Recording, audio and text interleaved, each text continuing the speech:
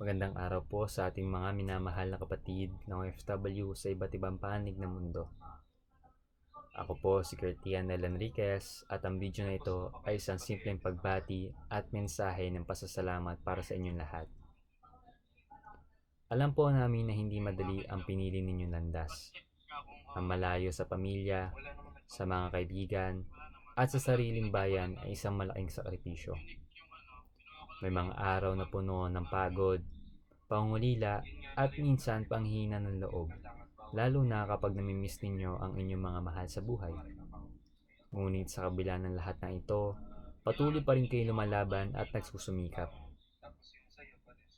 Sa bawat oras po na ginugugol ninyo sa trabaho, ang bawat patak ng pawis at ang bawat pagsubok sa inyong nalalampasan ay patunay ng inyong lakas ng loob at dedikasyon. Hindi po nasusukat sa salita ang laki ng inyong kontribusyon, hindi lamang sa inyong pamilya, kundi pati sa ating bansa. Dahil sa inyo, maraming pangarap ang natutupad at maraming pamilya ang patuloy na umaasa at lumalaban. Nais po naming ipaalam sa inyo na hindi po kayo nag-iisa. May mga taong patuloy na nagmamahal, sumusuporta at nagdarasal para sa inyo dito sa Pilipinas. So ting makakaramdam po kayo ng lungkot o pagod, sana ay maalala ninyo na ang inyong sakripisyo ay may kahulugan at may patutunguhan.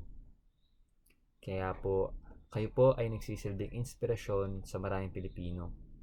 Ang inyong sipag, tiyaga at katatagan ay paalala na kayang harapin ng mga Pilipino ang anumang hamon basta may pangarap at pagmamahal sa pamilya.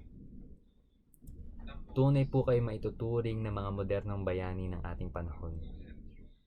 Naway patuloy po kayong bigyan ng poong may kapal ng lakas, gabay at proteksyon sa inyong araw-araw na gawain. Sana ay manatili kayong ligtas at malusog saan man kayo naroroon, at naway patuloy kayong pagpalain sa inyong trabaho at mga pagsusumikap. Maraming salamat po sa inyong walang sawang sakripisyo, pagtitiyaga at pagmamahal sa inyong pamilya at sa ating bayan. Hindi po namin kayo makakalimutan. Hindi po namin malilimutan ang inyong mga sakripisyo at ang inspirasyon patuloy ninyong ibinibigay sa amin. Ingat po kayo palagi, mga kapatid ng OFW. Kami po ay nagmamalaki sa inyo. Mabuhay ang mga OFW at mabuhay ang mga Pilipino. Thank you po.